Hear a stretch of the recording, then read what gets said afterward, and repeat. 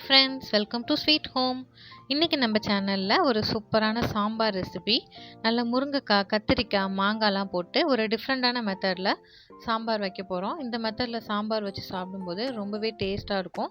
எப்பவும் ஒரே மாதிரியே வச்சு போர் அடிக்கிறவங்க இந்த மாதிரி ட்ரை பண்ணி பாருங்கள், ரொம்பவே சூப்பராக இருக்கும். இப்போ இதுக்கு நம்ம துவரம்பருப்பு எடுத்துக்கலாம். நான் ஒரு 100 கிராம் அளவு துவரம்பருப்பு எடுத்திருக்கேன். எங்கள் வீட்டு அஞ்சரை பொட்டியில் இருக்கிற கப்பால் ஒரு 1.5 கப் அளவு எடுத்திருக்கேன். இது ஒரு 100 கிராம் இருக்கும். இப்போ இதை நல்லா அலசி எடுத்துகிட்டு வந்துடலாம்.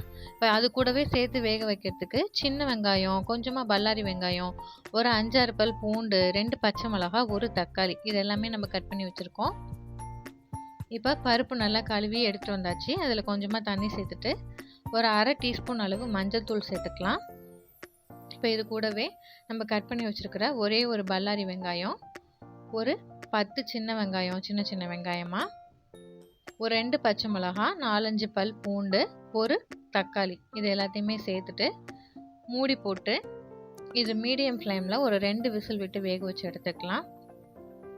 இந்த மாதிரி சின்ன வெங்காயம், பூண்டெல்லாம் சேர்த்து நம்ம பருப்போடு சேர்த்து வேக வைக்கும் போது ரொம்பவே நல்லாயிருக்கும் வாசனை. சாம்பாரும் ரொம்பவே டேஸ்டியாக வரும். இப்போ இது வேகட்டும்.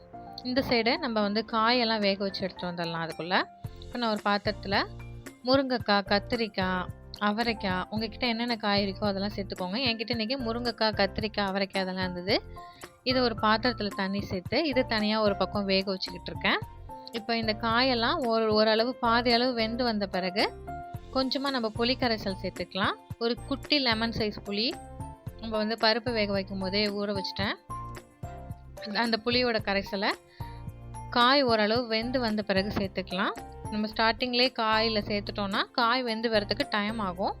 அதனால் காய் ஒரு பாதி வேக்காடு வெந்த பிறகு இந்த புளி கரைசலை சேர்த்துட்டு இது கூடவே காரத்துக்கு ஒரு 1.5 ஸ்பூன் குழம்பு மிளகாய் தூள் சேர்த்துருக்கேன். நான் சாம்பார் பொடியெல்லாம் எதுவுமே சேர்க்கலை. எங்கள் வீட்டில் அரைச்ச குழம்பு மிளகாய் தூள் ஒரு 1.5 ஸ்பூன் அளவு சேர்த்துட்டு நல்லா கலந்து விட்டுக்கிறேன். இப்போ இது எல்லாமே நல்லா ஓரளவு கொதித்து வெந்து வரட்டும். இப்போ இந்த சைடு நம்ம வேக வச்ச பருப்பு, வெங்காயம், தக்காளி, பூண்டெல்லாம் நல்லா சூப்பராக வெந்து ரெடி ஆயிடுச்சு. பாருங்கள் நல்லா எந்த அளவு வெந்திருக்குன்னு. நல்லா இந்த அளவு பருப்பு நல்லா வெந்து ரெடி ஆகணும். இப்போ இதை இதோட சேர்த்துடலாம். இப்போ இது ரெண்டுத்தையும் கலந்துட்டு நல்லா கரண்டி வச்சு மிக்ஸ் பண்ணிவிட்டு இப்போ சாம்பாருக்கு தேவையான அளவு உப்பு சேர்த்துடலாம். கல்லுப்பு சேர்க்குறேன் நான் கொஞ்சமாக தேவையான அளவு. உங்களுக்கு எந்த அளவு தேவையோ அந்த அளவு நீங்கள் சேர்த்துக்கலாம். கல்லுப்பு சேர்த்துட்டு இது நல்லா கொதி வரட்டும். இப்போ அதுக்குள்ளே இந்த சைடு நம்ம தாளிப்பு ரெடி பண்ணிடலாம். இப்போ இந்த சைடு ஒரு பேனில் கொஞ்சமாக எண்ணெய் விட்டுட்டு ஒரு 1/4 டீஸ்பூன் அளவு கடுகு சேர்த்துக்கலாம். கடுகு நல்லா பொரிஞ்சு வந்ததும் ஒரு 1/4 டீஸ்பூன் அளவு வெந்தயம், ஒரு 1/4 டீஸ்பூன் அளவு ஜீரகம் சேர்த்துக்கலாம். இந்த வெந்தயம், ஜீரகம், கடுகெல்லாம் சேர்த்து நம்ம தாளிப்பு கொடுக்கும்போது சாம்பாரோட வாசனை ரொம்பவே சூப்பராக இருக்கும். சாம்பாரும் ரொம்பவே டேஸ்டியாக இருக்கும்.